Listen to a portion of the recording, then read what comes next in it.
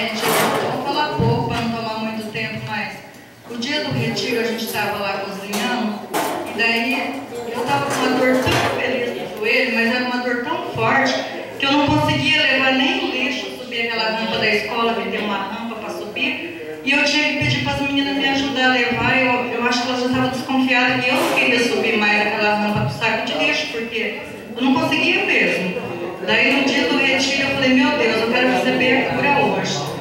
E eu lá na cozinha, a água da polenta ela fervendo e a Silvana de olho, que tinha que fazer, a Silvana apurada e a Rosa, onde você for, irmã? Eu fui buscar minha bênção, você não escutou o homem chamando? Ela falou assim, escutei, não escutei não, chamou? Eu falei, chamou, que falou que era para receber uma oração no joelho direito. E era eu, daí eu fui lá, falei pro Eduardo, olha logo aqui em mim, porque eu tenho que voltar logo, lembra, Eduardo?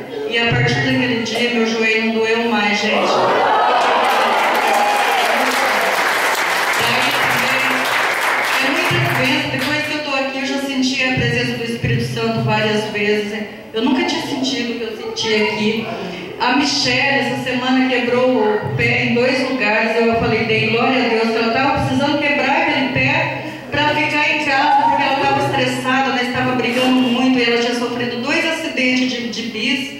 E Deus sabe que estava precisando quebrar o pé para ela talvez vir aqui para o grupo. E eu falei, filha, glória a Deus que você quebrou esse pé. Ela falou, mãe, é verdade mesmo, Deus tinha que fazer alguma coisa comigo, porque eu não estava aguentando 2 acidentes de bis num mês só. E eu vi a hora da minha filha se matar. Então Deus faz as coisas na hora certa. Não adianta a gente pensar, porque Deus está perto de nós, está perto de tudo. E Ele é maravilhoso. E glória a Deus, gente.